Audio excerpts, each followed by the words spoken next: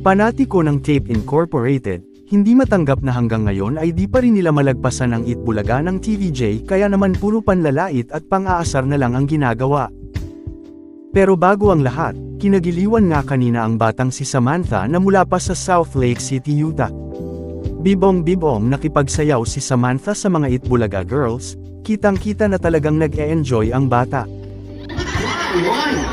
Why?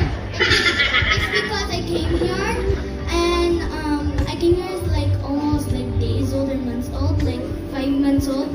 Wow! Yes or no question mo? My titas took take a look after me, so they took care of me when I was like 5 months old or days. I don't know, but So you don't know how to speak Tagalog right now?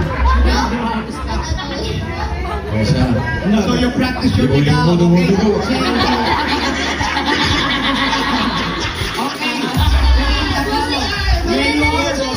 Oh, say in Tagalog, Mayor, pogi ka.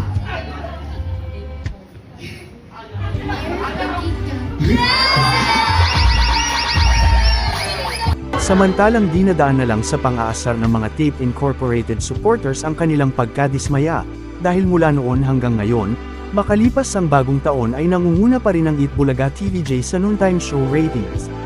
Kaya naman dinadaan na lang nila sa panlalait sa TVJ ang kanilang mga nararamdaman.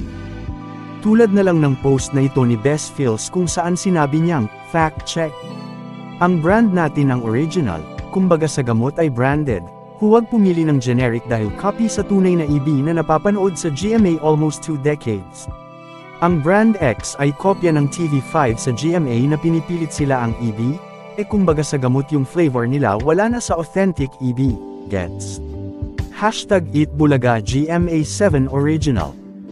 Nandyan pa ngang pinalitan nila ang mukha ng TVJ na kasama ni Aling Pering at pinalitan ng mukha ng kanilang mga host na sila Betong.